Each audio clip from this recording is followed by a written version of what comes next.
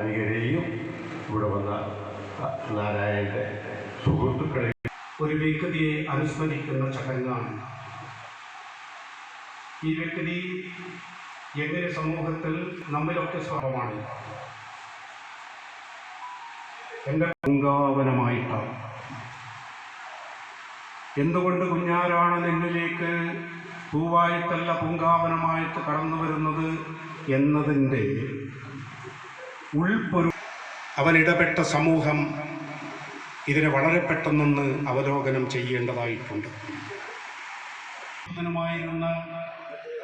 പൊന്നാപ്പൻ മൂസൂറുടെ പൊന്നാപ്പൻ മൂക്കറിയാം. നമ്മുടെ വടക്കർക്ക് മാത്രം ഒരു പ്രത്യേകതയുണ്ട്.